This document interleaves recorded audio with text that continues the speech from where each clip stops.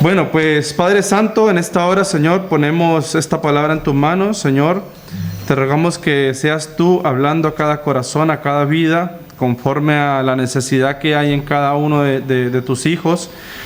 Habla a sus corazones, Señor, y te ruego en el nombre de Jesús que tomes tú el control de ese tiempo, que tu Espíritu Santo sea derramándose con poder sobre cada uno de tus hijos, Señor.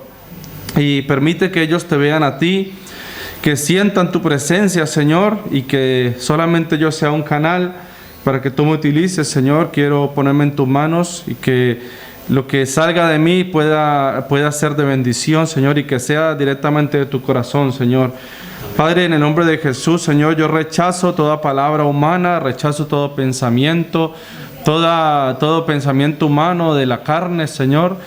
Y declaramos en esta mañana que eres tú tomando el control de nuestras vidas, de nuestros corazones y glorificándote, Señor, con poder como tú quieras, Señor. Mira la necesidad de tu pueblo, de tus hijos, de tu iglesia, de cada uno.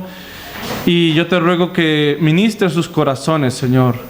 Que seas tú llegando a cada vida, trayendo el convencimiento de tu palabra y que podamos someternos a tu voluntad, a tu poder. En el nombre de Jesús. Amén. La sabiduría que viene de lo alto. Ese es el título que le he puesto a lo que quiero compartir. La sabiduría que viene de lo alto. Yo quiero compartirte de algo que hace muchos años, cuando estaba mucho más joven, tuve la oportunidad de recibir. No recuerdo si fue en un retiro, un campamento o en un día de una campaña. Alguien en un momento compartió y dio esta palabra y eso se quedó sembrado en mi corazón. Y eso siempre lo recuerdo y siempre lo tengo presente porque yo creo que es algo que te permite como hijo de Dios poder marcar la diferencia. Y puede ser que algunos psicólogos o personas que conocen más acerca de lo que es la mente, de lo que son los pensamientos del ser humano que han estudiado, puede ser que tal vez tengan otro tipo de organización, otro tipo de teoría, no sé, con respecto a lo que yo he recibido y a lo que te voy a compartir. Pero mirando esto en la palabra de Dios, que es en la cual yo me baso, en la cual yo tengo mi fe puesta, porque es la palabra directamente escrita por la mano de Dios, para que nosotros podamos ser guiados, ¿no?, en su camino. Yo creo que sometiendo esto a la palabra tiene su sentido para nosotros como hijos de Dios y para nuestra vida, para nuestro comportamiento, para lo que nos desarrollamos cada día. Y que eso está basado en lo que el Señor quiere, ¿no?, en su voluntad. Así que lo primero que quiero llevar a que miremos es que cada uno tenemos la capacidad, en algunas ocasiones hay personas que no las tienen por algún motivo, que ahora no lo vamos a nombrar, pero casi todos tenemos la capacidad de tomar decisiones. Esas decisiones que tomamos en nuestra vida son las que nos hacen ser quienes somos, ¿vale? Lo que en algún momento queremos estudiar, con quien nos queremos casar, la forma en que tratamos a nuestros semejantes, a nuestra familia, el trabajo que en algún momento decidimos buscar, no sé, el coche que queremos comprar, el negocio que queremos tener. Todo eso viene a partir de las decisiones que tomamos, ¿vale? Y esas decisiones prácticamente son las que nos condicionan en nuestra vida. No es lo mismo tener un hijo a tener 5. Y hay gente que tiene 5, 6, 7, porque así lo quiere, porque le parece que está bien, porque entre el esposo y la mujer han concordado eso. Y asimismo, pues, tener 6 hijos no es lo mismo que tener uno, ¿no? Porque tener 6, pues, hay que alimentarlo más, hay que dedicarle más tiempo. Hay que estar más pendiente, muchos caracteres diferentes, y eso pues comparado con uno es totalmente diferente. Y no está mal tener uno o tener 5. Los africanos son los que dicen que ellos tienen que tener muchos hijos, ¿no? Y eso es su pensamiento, no me parece malo, pero hay otros que decimos no, yo quiero 1 o 2 porque quiero desarrollarme más en mi vida, no quiero estar dedicando tanto tiempo a hijos. No te voy a decir eso está bien o mal. A mí me parece que si vemos la palabra, el Señor nos dio la oportunidad de reproducirnos y pues cada uno decide y pone en manos de Dios cómo lo quiere hacer, ¿no? Hay algunos que han decidido no tenerlos porque han querido dedicarse al Señor, y pues si es para Dios y si a Dios le agrade su voluntad, no soy yo quien para juzgarle. Pero por decirte eso, ¿no? Que son decisiones que tomamos y eso condiciona nuestra vida. Y obviamente no es lo mismo nosotros que estamos en el camino del Señor que la gente que no conoce de Dios, que toma decisiones por su cuenta y que no toma en cuenta a Dios. Entonces, si hay sueños, si hay anhelos, si hay deseos en nuestro corazón, normalmente, como hijos de Dios, debemos tener estos sueños o debemos considerarlos teniendo en cuenta primero a Dios, ¿no? ¿Es así o no? O nosotros tomamos decisiones por nuestra cuenta y el último que se da cuenta es el Señor, ¿no? Yo creo que el Señor todo lo sabe y en su palabra dice, ¿vale? Antes de que nosotros ya pensemos hacer algo, el Señor ya lo sabe, ¿vale? Pero dependiendo de nuestra decisión, pues ahí está el rumbo que vamos a tomar y las consecuencias de cómo se va a ver lo que hayamos hecho. Sin embargo, para mí una de las cosas que está clara es que cada decisión que yo tomo, la pongo en las manos de Dios, y lo importante, lo fundamental al tomar esta decisión es que yo le agrade a Dios, ¿vale? Y agradándole al Señor voy a hacer su voluntad. ¿Por qué? Muchas veces la gente o los cristianos o hay predicadores que hablan y dicen, no, el propósito de Dios es bendecirte, que tengas grandes riquezas, que seas poderoso, que seas un predicador o que seas un gran empresario. Y eso no es lo que dice la palabra de Dios. La palabra de Dios no dice que el propósito de Dios es darte a ti un gran lugar, un gran sitio, ponerte en un lugar muy alto. No. El propósito de Dios, si vemos personajes en el Antiguo Testamento y más en Jesús, ¿cuál es el propósito de Dios? Si vemos eso, que todo lo que haga una persona mientras está aquí en la tierra sea servirle. Si tú ves la vida de Jesús, ¿qué fue? Mientras estuvo aquí en la tierra, todo el tiempo servir y mostrar el reino de Dios. Si vemos en el Antiguo Testamento, Moisés, ¿qué hizo? Servir. En algún momento, por tener a gente a su alrededor que estaban allí mal hablando de Dios y eso, pues se le saltó un poco la furia e hizo algo que pues a Dios no le agradó. Pero sin embargo, Moisés lo que hizo fue servirle al Señor. David también, ¿no? Por tener personajes. David lo que hizo fue ser rey de Israel, y como lo compartimos hace un tiempo en la iglesia de Torremolinos, aunque estuvo perseguido por Saúl muchos años, mucho tiempo, él siempre respetó a Saúl porque Dios lo había puesto y al final Dios le dio su lugar. Pero todo lo que hizo fue para servir al Señor, para servir al pueblo, para llevar al pueblo y darle esa paz, esa tranquilidad en la tierra que Dios les había dado. Pero sin embargo, David también tuvo sus fallos. Y ante esos fallos, pues Dios no le permitió a él, por ejemplo, que quería levantar un templo, un lugar para adoración a Dios, y le dijo a David que no, que él no lo iba a hacer porque había derramado mucha sangre. Y entonces mira cómo todas las decisiones de cada uno repercuten, ¿no? Tiene consecuencias. Pero lo que tenemos claro es que, y lo que debemos tener claro cada día, es que cuando vamos a hacer algo para el Señor, tenemos que hacerlo vamos a hacer algo en nuestra vida, tenemos que hacerlo bajo el propósito de Dios. ¿Y el propósito de Dios cuál es? Servirle. ¿vale? En muchas iglesias, y lo repito otra vez, hablan que el propósito de Dios es bendecirte. Ese no es el propósito de Dios, ¿vale? La bendición viene a partir de la obediencia. La bendición viene a partir de someternos al Señor. De allí viene la bendición. La bendición no parte de que tú des una ofrenda, un diezmo, una primicia muy grande. De allí no parte la bendición. Porque simplemente cuando tú das, dice la Biblia que lo que tú das, darlo de corazón, ¿no? Darlo de corazón para el Señor. No para aparentar o para que otros vean, mira lo que ha dado esta persona. Otra cosa que, por ejemplo, la gente piensa que el diezmo, dar el diezmo, si tú das, Dios te va a multiplicar. Eso no es así. El diezmo es algo que se da de corazón, por obediencia, y que yo lo estoy dando para la casa del Señor, para bendecir la casa del Señor. Eso sí lo estoy haciendo. Pero no debo esperar de que porque lo doy, voy a recibir. Eso ya en manos del Señor está lo que Dios quiera hacer con mi vida si yo le obedezco, ¿vale?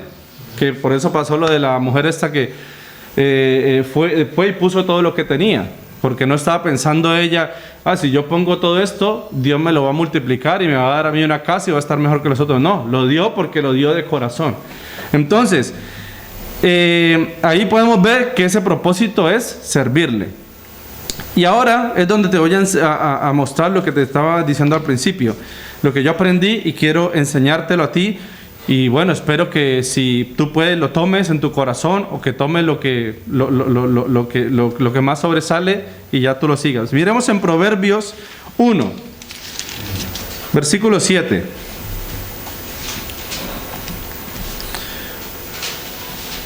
Dijimos que el título era La sabiduría que viene de lo alto. Vamos a Proverbios 1, versículo 7, dice... Este versículo yo creo que muchos lo conocemos. El principio de la sabiduría es, ¿qué cosa? El temor. El temor. Ese es el principio de la sabiduría. Entonces, si nosotros tomamos decisiones, esas decisiones, ¿cómo tienen que ser? Con ¿qué quiere decir? Sabiduría. Si tú tomas decisiones con sabiduría, vas a agradarle a Dios.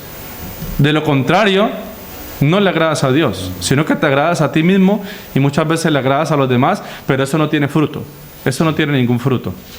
Porque ahí ya viene el orgullo, la prepotencia, y eso es del mundo. Eso son cosas que no son de Dios. Entonces, cuando hablamos del temor de Dios, que es lo que estamos leyendo aquí, el principio de la sabiduría es el temor del Señor. Los insensatos desprecian la sabiduría y la enseñanza. Entonces, cuando hablamos del temor de Dios, nos referimos a una forma específica de respeto. Aquí no estamos hablando de temor como miedo, ¿no? Como tenerle miedo a Dios y como que en muchas ocasiones, si tú ves algunas religiones, les enseñan a las personas que hay que tenerle miedo a Dios, ¿no? Que Dios es como castigador, que si tú te pasas un poco porque fallas, entonces incluso hay religiones que son muy estrictas y te castigan, o lo que hacían en el Antiguo Testamento, ¿no? Apedreaban a la gente, hacían muchas cosas. ¿Que tú crees que eso realmente tiene algún sentido delante de Dios? No tiene, porque están castigando o están haciendo algo en la carne para traer miedo y decir Dios es un Dios castigador. Y resulta que nuestro Dios nos han enseñado que es un Dios de amor, ¿vale? Y la justicia está en sus manos, pero la justicia no la debemos tomar nosotros, sino Dios, y todo tiene que ser filtrado por la palabra. Entonces, el temor de Dios al que se refiere aquí es una forma específica de respeto, de respetar a Dios como un ser supremo, como un ser quien dirige nuestras vidas, como quien nos creó, como el gran yo soy, el creador de nuestras vidas, el que nos sustenta, el que nos sostiene. También una forma de admiración, admirarle por su grandeza, por su poder, por todo lo que dice la palabra que Dios es.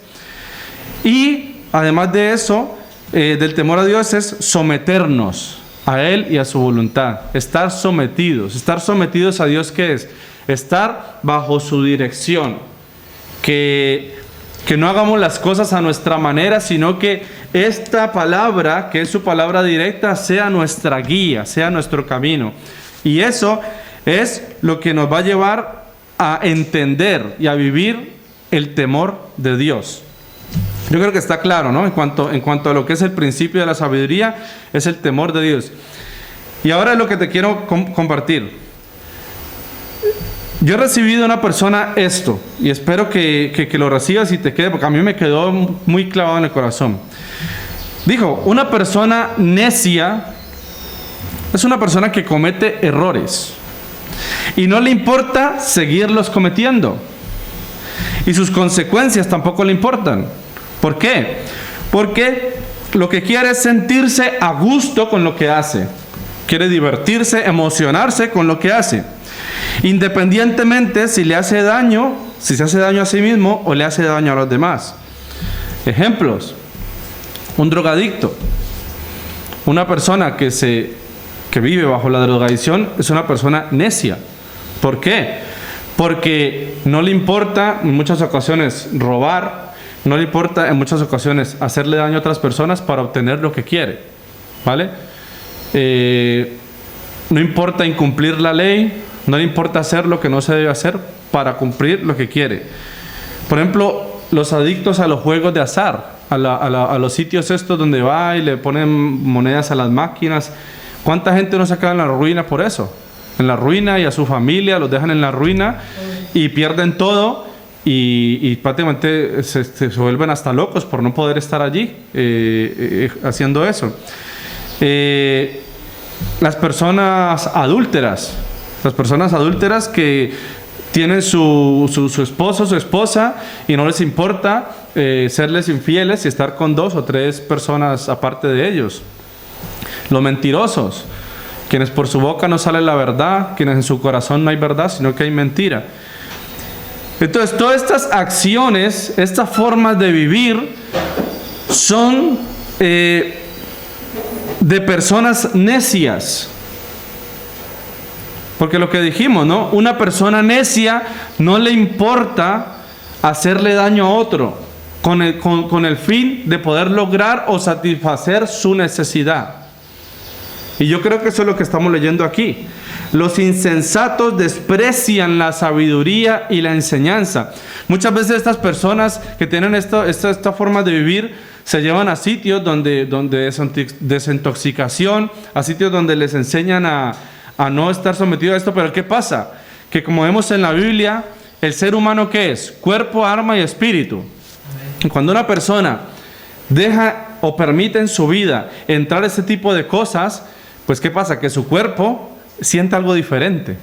Y el sentir algo diferente hace que su mente, su corazón, también tenga una reacción que en ese momento le gusta. Pues tomo esto y es como si escapara de todos mis problemas, como si escapara de todo lo que tengo, y estoy tranquilo aquí 1 hora, 2 horas, pero luego vuelvo otra vez a lo mismo, al mismo lugar, al mismo sentimiento, y voy a querer más y más.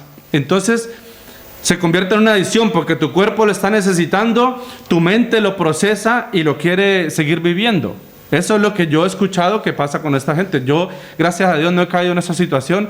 No sé si algún hermano que está aquí ha caído en esa situación, pero yo he tenido personas que han hablado acerca de esto y dicen que eso es un círculo, ¿no? Como dicen, un círculo vicioso. Sí he tenido muy de cerca personas alcohólicas en mi familia y pasa exactamente lo mismo. Prefieren estar con amigos, con gente ahí afuera, gastándose el dinero, derrochando, queriendo demostrarle a los demás que tienen más que los otros, bebiendo, compartiendo con los otros el alcohol, todo esto. Y no les importa llegar a su casa y que en su casa no haya nada, ni para su familia, ni para sus hijos, nada de comer, no se pagan el alquiler, la hipoteca, nada, y se pierde todo lo que se puede haber logrado en un tiempo. ¿Por qué? Por esto, puede perder su trabajo, incluso puede perder la vida. ¿Por qué? Por andar en coche ahí ebrio, que eso no se debe hacer. Entonces imagínate todas las cosas que puede hacer una persona que no le agradan a Dios y que en un momento pueden hacerle daño a otros. ¿Tú crees que un borracho le agrada a su familia? ¿Le enseña algo bueno a sus hijos? No. Y yo personalmente lo he vivido en mi casa, con mi padre.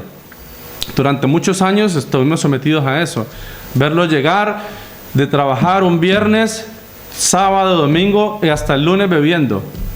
Con la bebida, gastándose el dinero, endeudado, y en la casa mi madre teniendo que trabajar para darnos de comer a nosotros. ¿Por qué? Porque mi padre, irresponsable completo. Y yo sé que muchos hemos vivido eso. Entonces, yo creo que esto que me compartió esta persona acerca de una persona necia es verdad, porque lo he vivido. Y aparte de eso, en la Biblia lo dice. Lo que hace una persona necia es que desprecia la sabiduría. O sea, desprecia el hacerle bien a los demás. Desprecia el actuar bien, el tener buenos pensamientos. Lo desprecia, ¿para qué? Para su propio deleite. Esto en cuanto a una persona necia. Ahora vamos al siguiente nivel, ya mejorando un poco. Una persona inteligente. Una persona inteligente normalmente se preocupa ¿por quién? ¿Por quién se preocupa alguien inteligente? Por sí mismo. ¿Sí? Tengo inteligencia para mí, para yo ser mejor, para yo sobresalir, para ser más grande. Y su propio orgullo le lleva a aprender y preocuparse solo de lo que pueda ocurrir y sus consecuencias consigo mismo. Entonces, ¿Dios quiere que seamos inteligentes? Porque luego hay un nivel más alto. Que seamos sabios. Ahí es donde vamos. Entonces, una persona inteligente se preocupa solo por sí mismo y por lo que pueda lograr y por lo que pueda obtener, y no importa a qué precio. Si tú ves allí mandatarios de grandes países, son personas muy inteligentes, pero solamente quieren ¿qué? Poder, más poder, obtener para sí poder, y no les importa si hacen daño a otros, no les importa si otro país se ve afectado, no les importa si nada. Dicen, no, a mí me da igual los demás, todo para mí. Yo quiero ser el mayor, ser el más grande y que todo el mundo me admire. Hemos visto personajes así, ¿no? Y están ahora y han estado y seguirán estando. Que quieren sobresalir, ser el más grande, ser el más poderoso. Y luego viene el punto donde Dios quiere que más nos identifiquemos, que es una persona que sabia. Hablamos de un necio, de un inteligente. Dios no quiere que nos quedemos en eso, ¿no? Ni en la necedad, ni siquiera en la inteligencia, sino en la sabiduría. Una persona sabia, ¿qué pasa? ¿Cuál es la mentalidad? ¿Cuál es la forma de ser de una persona sabia? Aprende de los errores de los demás, ¿vale? Ve a otros cometer errores y dice, yo no quiero hacer eso. Pero no es de los que habla, ¿no? Oh, mira, qué mal has caído, cómo ha sido de mal tu vida. Yo no seré así, no. Sino que se queda callado, mira y para sí mismo dice, yo no quiero hacer eso. Porque eso que está haciendo esta persona tiene sus consecuencias para él y para los otros. Aprende entonces de los errores de los demás y también de los suyos. Y las decisiones que va a tomar se basan siempre en el hecho de mirar a los demás y que sus decisiones afecten de una manera positiva a sí mismo y a quienes le rodean. ¿Eso qué quiere decir? Que una persona que contempla la sabiduría de Dios, todo lo que hace cada día, lo que intenta hacer, es con el fin de agradarle al Señor. Y si yo quiero agradarle al Señor, ¿cuál es la mejor manera? Saber que el propósito de mi vida es hacer el bien a los demás, compartir la palabra a los demás y ser testimonio. Y estas características de un personaje así, ¿quién las cumple? ¿Quién es nuestro mayor ejemplo en sabiduría? Jesús. Si tú lees los evangelios, nuestro mayor ejemplo de sabiduría, ¿quién es? Jesús. Porque Jesús es el que nos enseña que en todo su camino siempre lo que procuraba era ¿qué? Llevar la palabra de Dios, llevar a conocer al Padre. ¿No? Si han leído, siempre decía, yo no hago las cosas por mí mismo, sino que lo hago todo porque el Padre es quien me ha enviado. Y yo busco agradar al Padre, no agradarme a mí mismo. Si tú lees en los evangelios, eso es lo que dice Jesús, ¿no? Entonces, ¿qué mayor ejemplo que ese? Que poder tener nosotros la fe y la convicción de tomar esta palabra y hacerla parte de nuestras vidas y decir... Por eso es que tomamos a Jesús y es nuestro mayor ejemplo, y además no solamente por ejemplo, sino porque murió por nosotros. ¿Qué más ejemplo de amor ese? De entregarse por otros, por pecadores, por gente mala, por gente perversa, por gente con una maldad, con una mente retorcida. Se entregó para salvarnos, y ahora pues ya la obra de Jesús ya fue hecha. Y Jesús está ahí a la diestra del Padre hasta que llegue el momento donde sea su venida, y pues ahí el Señor ya se llevará a los que son suyos. Vamos a Santiago capítulo 3 versículo 13 y vamos a ver las características de una persona sabia. Santiago 3:13.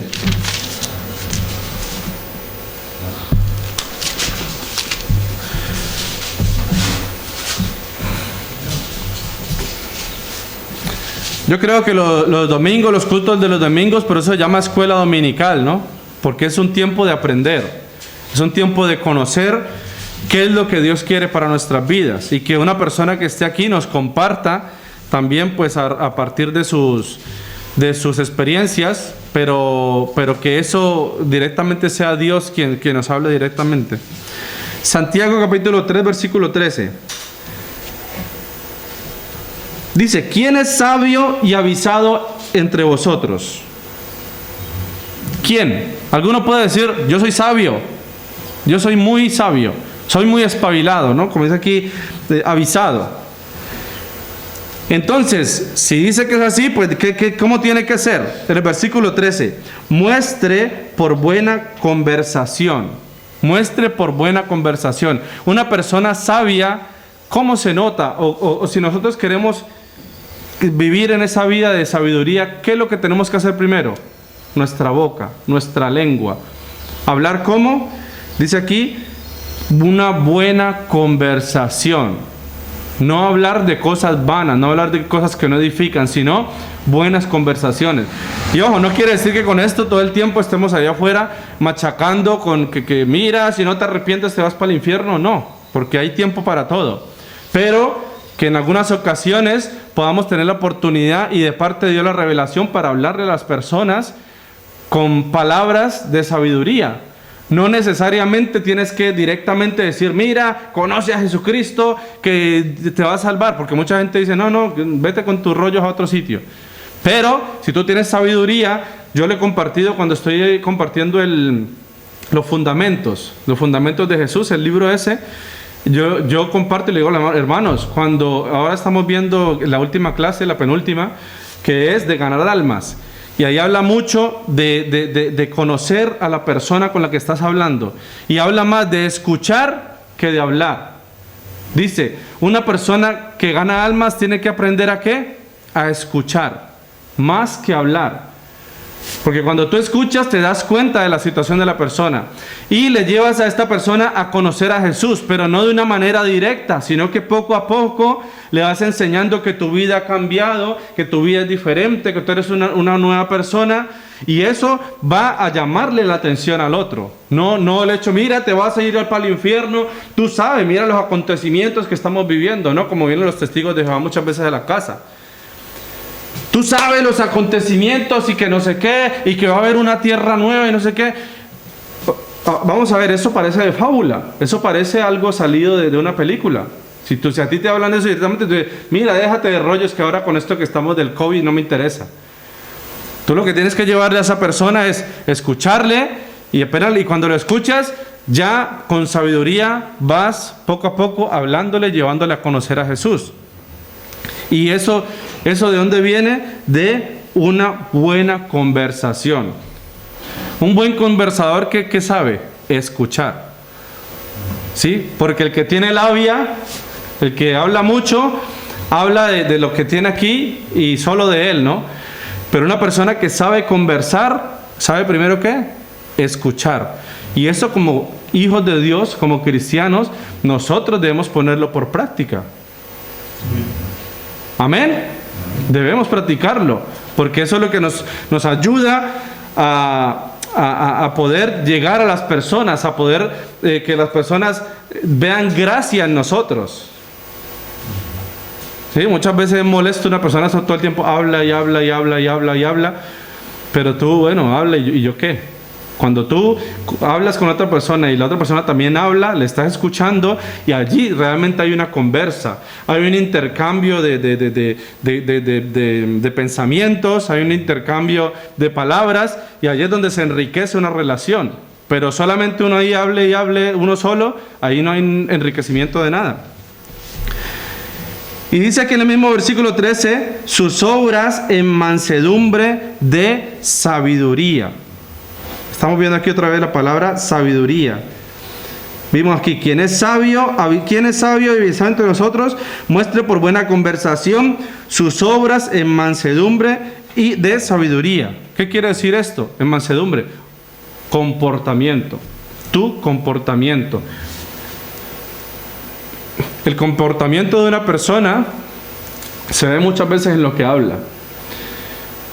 Se ve, es claro. La forma de comportarse en una persona, la forma de vivir de una persona se ve en lo que habla. En su forma de hablar, de expresarse, si es vulgar, hablando palabras deshonestas, palabras que no tienen sentido de edificación, eso se ve. ¿Cómo tenemos que ser nosotros en cuanto a la forma de hablar? Dice que tenemos que ser mansos, sus obras sean en mansedumbre de sabiduría, o sea, que nuestro comportamiento como creyentes muestre realmente que Dios está aquí en nuestros corazones. En el versículo 14, sigamos allí en adelante, dice, pero si tenéis envidia amarga y contención en vuestros corazones, no estéis jactándoos ni seáis mentirosos contra la verdad. Entonces, ¿cómo no debe ser una persona sabia? Y además, ¿cómo no es? Una persona sabia no puede tener esto, porque esto va en contra de agradar a Dios. El hecho de ser envidiosos, contenciosos, jactándose, o sea, arrogantes, mentirosos, esas personas que son así, no son de Dios. ¿Qué dice? Sigamos leyendo el versículo 15. Este tipo de sabiduría, este tipo de pensamiento, de forma de ser, no es la que desciende de lo alto, sino terrenal, animal, diabólica. Yo pensaba aquí que ponía animal, y yo dije, pero es que es verdad. A veces las personas le dan un lugar a los animales como si los animales fueran iguales a los seres humanos. No. Que si tú tienes un perro, un gato, mi hermano, yo te respeto, y es una bendición, porque son criaturas que Dios ha puesto y que a veces nos sirven de compañía, que tienen sus cualidades, ¿no? Pero el ser humano en ningún caso es menos importante que un animal. El ser humano ha sido creación de Dios, y Dios lo ha puesto en la tierra para que gobierne, para que tenga la capacidad de dirigir, de llevar el mundo hacia adelante. Eso no lo hace un animal, porque el ser humano tiene la capacidad de racionar, ¿no? Y esto, de ser sabio y de poder llevar las cosas bien. Si yo soy sabio como ser humano, como hijo de Dios, pues voy a llevar a cuidar la naturaleza, voy a cuidar a los animales, voy a cuidar lo que Dios me ha dado. Pero si no soy sabio, si puedo ser inteligente, tengo una empresa grande y contamino todo, y que a mí nadie me diga nada, y no se cumplen las leyes, no protege la naturaleza, tiro todos los desperdicios a los ríos, que se mueran todos los animales. Entonces, mira ahí la diferencia entre sabiduría e inteligencia. Una persona inteligente puede tener una gran empresa, formar un gran... vi hace un tiempo una empresa de Estados Unidos que se llama DuPont, y esta empresa creó lo que se llama el teflón. Y decía que este tipo de componente es muy malo para la naturaleza. Incluso causa mutaciones. Lo que son los desperdicios de esto, ¿no? Cuando lavaban las máquinas donde procesaban esto, lo que eran los residuos, había un pueblo que se contaminó y que los niños salían con mutaciones y no sé qué. Entonces, ¿Qué pasa? Contrataban abogados, contrataban incluso personal de medio ambiente, los sobornaban para que ellos dijeran que todos sus residuos estaban bajo los niveles que tenían que estar, y era mentira. Pero ¿todo por qué? Por el poder. ¿Todo por qué? Por ganar. Entonces se tiene inteligencia para hacer cosas, para sobresalir por encima de los demás y para ganar. Pero no se tiene sabiduría, ¿por qué? Porque se está perjudicando.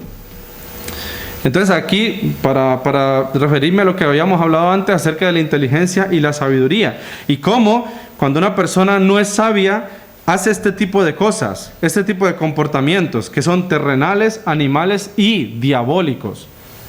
¿Quién es el padre de la mentira? Dice la Biblia, ¿quién? Satanás. Satanás es el padre de la mentira, quien está en contra de la verdad que tiene Jesús. Y de esa manera, pues, asimismo lleva la gente en su corazón lo que quiere. Si quiere actuar como un terrenal, como una persona del mundo o como un hijo de Dios. En el versículo 16, ya casi vamos a terminar, dice, ¿dónde hay ese tipo de comportamiento? En las personas envidiosas, contenciosas, en las consecuencias de esto son confusión y obras perversas. En el 16 lo dice, porque donde hay envidia y contención, allí ¿qué hay? Confusión y toda obra perversa. Quien actúa de esta manera, como lo vimos ahora, que son mentirosos, envidiosos, contenciosos, que tienen esta actitud terrenal, diabólica, quien actúa de esa manera, ¿qué causa? ¿Qué dice en el versículo 16? Confusión. ¿Y sus obras qué son? Perversas.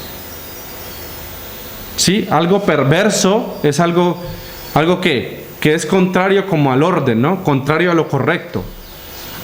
Lo contrario a lo correcto, lo contrario al orden, ¿qué es? El desorden, lo incorrecto, lo pervertido, ¿sí? Lo que es totalmente contrario a vivir una vida recta. Y este tipo de obras que causan confusión. Entonces, la gente hoy en día, o muchos cristianos también, intentan salir de la confusión del mundo.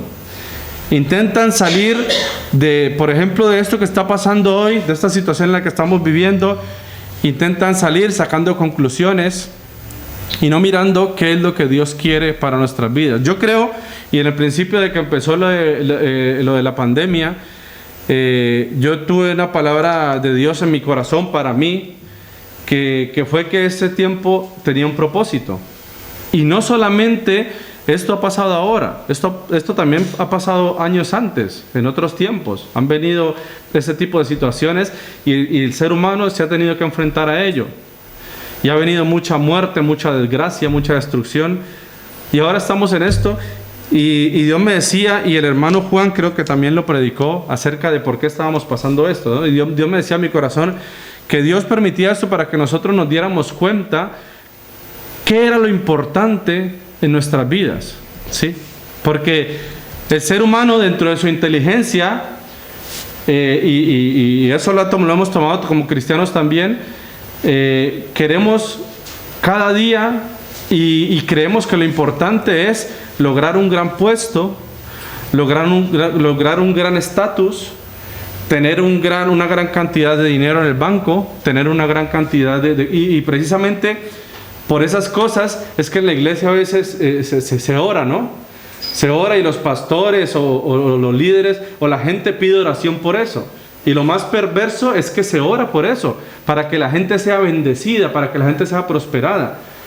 Pero ¿cómo vas a ser bendecido y cómo vas a ser prosperado si no intentas ni siquiera vivir en sabiduría, en sometimiento a Dios? Y muchas veces le comparten a los jóvenes o les predican, le dicen, mira, Dios te va a dar tu ayuda idónea y Dios te va a permitir que sea una persona, una mujer grande y poderosa. Sí, pero este joven, esta jovencita está todo el día durmiendo en su casa, ni siquiera ha terminado los estudios del bachillerato, no se preocupa por salir adelante, sino estar ahí en la tele o con los videojuegos. Pero así todo, hay irresponsables que les dicen a estos que van a ser prosperados. Y ve tú a ellos a decirles que eso no es así. Ve tú a estos jóvenes a hablarles lo contrario a esto y decirles, no, tienes que esforzarte para poder lograr lo que tú quieres y que Dios lo respalde.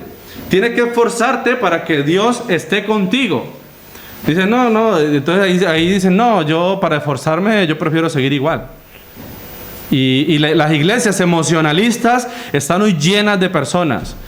2,000, 3,000, 5,000, 10,000, donde solo se les habla de dinero, donde solo se les habla de prosperidad, de bendición, de cuán grande es Dios y cómo Dios quiere bendecirte, pero no hablan de la cruz, no hablan del arrepentimiento, no hablan de morir al viejo hombre. ¿Por qué? Porque esas prédicas son aburridas. Esas prédicas no, ese tipo de Dios no es un Dios así, y la palabra me lo está diciendo. Que una persona que sea mentiroso, que una persona que dice aquí que se jactan, arrogantes, contenciosos, envidiosos, esa persona no tiene sabiduría de Dios. Y en el versículo 17, para terminar, y que esto es lo que te quedes tú en tu corazón y cómo debe ser tu comportamiento para poder acercarte a esa sabiduría de Dios.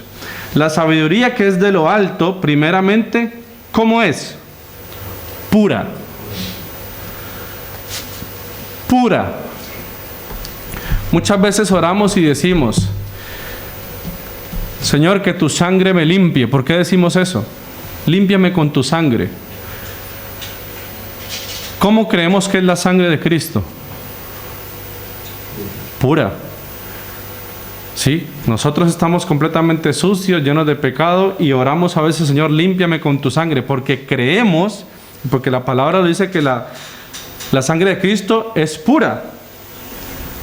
Sí, en esa sabiduría pura es donde se encuentra toda la plenitud de Cristo. No en la sabiduría, en esa que, porque también, aquí lo estamos viendo, ¿no? Hay sabiduría humana y sabiduría terrenal, donde muchos se creen sabios en su propia opinión y piensan que haciendo buenas obras, con eso van a salvar el mundo y la tierra. Que hacen sus obras, pero que muchas veces no la hacen pensando en el bienestar de los otros, sino en su propio bien.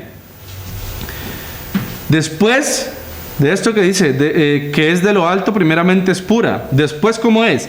Pacífica. ¿Cómo es la sabiduría de parte de Dios? Pacífica, modesta, benigna, llena de misericordia y de buenos frutos. De buenos frutos. Imparcial, no fingida. Imparcial, no fingida. Mira esta palabra que dice aquí, buenos frutos. Cuando tú vas a un árbol de manzana, por ejemplo, ¿qué esperas?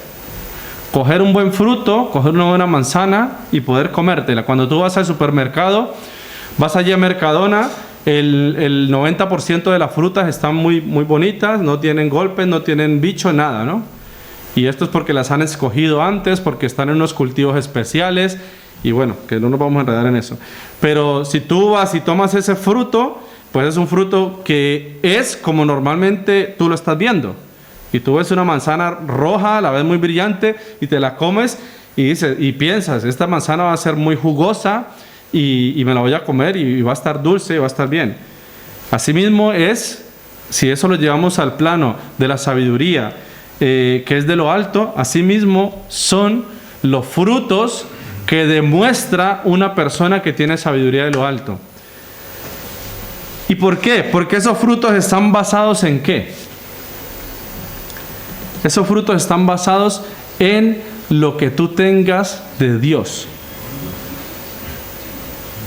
Sí, esos frutos, esta paz, esta modestia, esta benignidad, esta misericordia, el ser imparcial, el ser no fingida. Si tú te vas a Gálatas, habla del fruto del Espíritu. ¿El fruto del Espíritu cuál es? Amor, gozo, paz, paciencia, benignidad, bondad, fe, mansedumbre, templanza. Dice, contra tales cosas no hay ley. Y si tú vas y comparas esto con esto, dices, mira, Entonces una persona que tiene sabiduría, ¿qué quiere decir? Que tiene el fruto del Espíritu Santo en su vida. La sabiduría de Dios, estoy hablando, no la sabiduría del mundo. Una persona que tiene el Espíritu Santo en su vida, que tiene una relación con Dios, tiene la capacidad de tener la sabiduría de Dios. Y esa sabiduría le tiene que llevar a ser alguien que lo que tiene, lo comparte. Que su vida es codiciable por los demás, que los demás quieren estar con Él, quieren acercarse a Él, quieren escucharse. ¿Qué pasaba con Jesús? ¿Iba allí a predicar y estaba solo? No. Cuando iba a predicar venían las multitudes y se acercaban a Él a escucharle, porque tenía palabras de sabiduría, de edificación, de bendición para sus vidas. Pero no les decía, tú, la que estás allí, Dios te va a levantar, te va a bendecir, te va a prosperar y te va a dar todo lo que tú quieras. No, arrepiéntanse y conozcan al Padre, conozcan a Dios. Eso era lo que hacía Jesús. Cuando se encontró con la samaritana, le mostró su pecado y le dijo, tú, mira todo lo que estás haciendo, tienes una apariencia de bondad, pero estás pecando. Y ella conoció ahí en ese momento a Dios y fue y habló. Y dijo, mira, conocí a este hombre y este hombre me reveló mi vida. Eso mismo es como tenemos que vivir nosotros. Dice, y el fruto de justicia, o sea, el fruto de tener toda esta modestia, benignidad, misericordia, se siembra. Eso se siembra en paz para aquellos que hacen la paz. Entonces, si nosotros tenemos esta actitud, esta vida de sabiduría, podemos ser sembradores de este fruto, de las semillas que tiene este fruto. Tener este fruto, sembrarla en el corazón de una persona y que Dios le dé crecimiento. Y eso es a lo que nos ha llamado el Señor. Amén. Amén. Padre Santo, Dios de gloria, te exaltamos, te bendecimos, Señor, por tu palabra, Señor. Hemos compartido tu palabra, Señor, y creemos que tu palabra es verdadera, que lo que recibimos hoy de parte tuya, Señor, es verdad. Y así mismo te rogamos que nos ayudes a vivir, Señor, a no ser arrogantes, a no ser, Señor, maldicientes, Señor, a que nuestra lengua sea refrenada, Señor. Que podamos en nuestra mente tener el pensamiento de Cristo y que con tu Santo Espíritu dirija nuestras vidas, Señor. No permitas que ninguno de nosotros se dirija bajo su propia voluntad, bajo sus propios pensamientos, Señor, sino que te rogamos en esta hora que nos ayudes, Señor, para que tu Espíritu Santo sea nuestra guía, que tu Santo Espíritu, Señor, esté en nuestros corazones, Señor, y que podamos ser guiados bajo tu palabra, que podamos mirarte a ti, Señor, mirar lo alto, Señor. No queremos mirar al mundo, a lo terrenal, Señor, a lo mundano, a lo que emociona, Señor. Queremos mirar aquello que permanece por los siglos de los siglos, que es tu palabra, Señor, que es verdadera, que es la palabra de Dios, Señor, directamente a nuestros corazones, que es la guía en nuestros días, en nuestra vida.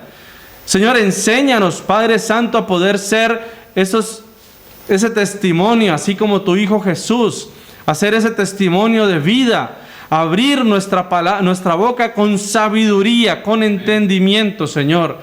Padre, sabemos, Señor, que no somos sabios para mucha gente, Señor, allá afuera.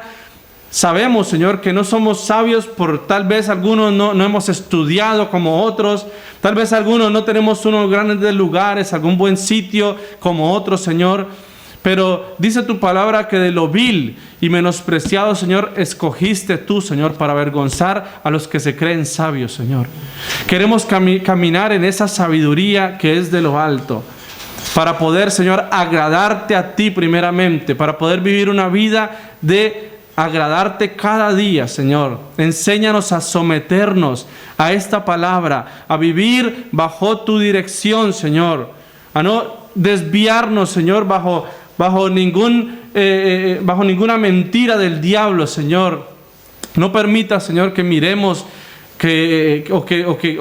nuestro corazón, Señor, se siembre la codicia, Señor, la arrogancia, el orgullo, que es lo que nos aparta de ti. Enséñanos, Señor, como tu palabra dice, a tener el fruto del Espíritu Santo, a ser mansos, a tener fe, Señor, Padre, a caminar, Señor, con un corazón sincero, Señor, bondadosos, benignos, Señor, hacia nuestro hermano, hacia las personas que no te conocen. Padre, en el nombre de Jesús, Señor, yo declaro hoy, Señor, que esta palabra se siembra en nuestros corazones, que es una palabra de bendición, realmente, Señor, para agradarte y para extender tu reino, Señor. Y que en medio de esto, en medio de lo que hacemos, Señor, si te place, Señor, darnos lo que bajo tu voluntad queremos, Señor, que sea en tu tiempo y que sea bajo tu dirección, bajo tu voluntad, Señor.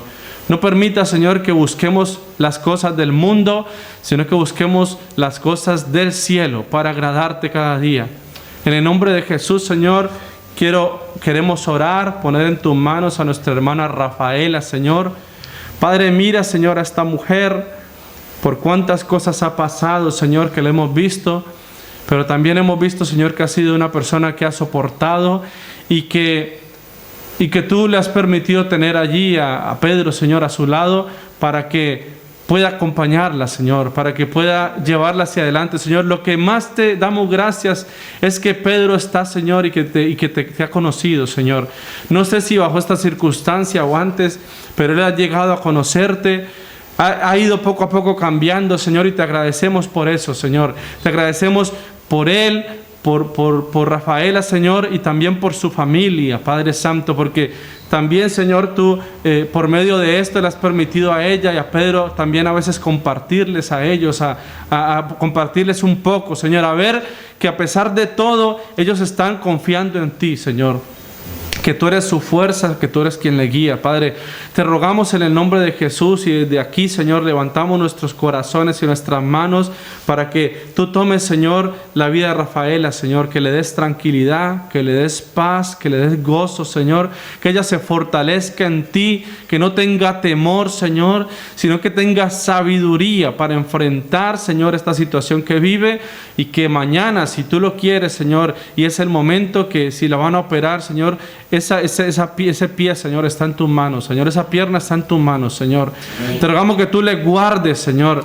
Que tú le des esa esperanza y esa fe en ti, Señor. Que aunque ella quiere, Señor, o que llegue el momento de hacerse esa operación y que pueda hacer que eso le mejore, Señor, no permitas que si le mejora o si sigue igual, Señor, no permitas que decaiga su fe. Rogamos, Señor, para que pueda mejorar, y anhelamos, Señor, que así sea. Que esa intervención pueda ayudarle a mejorar, a tener menos dolor, Señor, que ella pueda poder estar incluso de pie, Señor, adorándote, alabándote y dando testimonio, Señor. Pero en el caso que no sea así, Señor, te ruego, Padre, que no desfallezca su fe, Señor. Creemos que tú eres un Dios de milagros, un Dios poderoso, y lo primero que te rogamos es por su corazón, por su vida, que no se aparte de ti, que te ame, que te busque, Señor, y que esta familia esté en tus manos, Padre Santo. Pero bendícela, Señor, guárdale, Padre, fortalécele, y si es tu voluntad y lo anhelamos así, te rogamos que esta intervención sea de bendición para ella, Señor. Amén. Y que te siga y que te ame, y que esto pueda ser de testimonio para tu iglesia. Gracias, Padre, por Ramón, por su esposa, por su hijo, por llevar adelante, Señor, esta congregación. Te ruego también que los tomes en tus manos y que les ayudes, Señor, que les dé fuerza y que renueves ese amor por las almas, que levante, Señor, ese deseo cada vez más grande, y que le respalde, Señor, con personas también para que te sirvan en este lugar y que lleven a esta ciudad, Señor, a conocerte, a entregarse a ti. En el nombre de Jesús, amén. Amén. Mis hermanos, que el Señor les bendiga. Muchas gracias por prestarme atención, y lo más importante, que esta palabra quede en vuestros corazones y la pongamos por obra. Amén.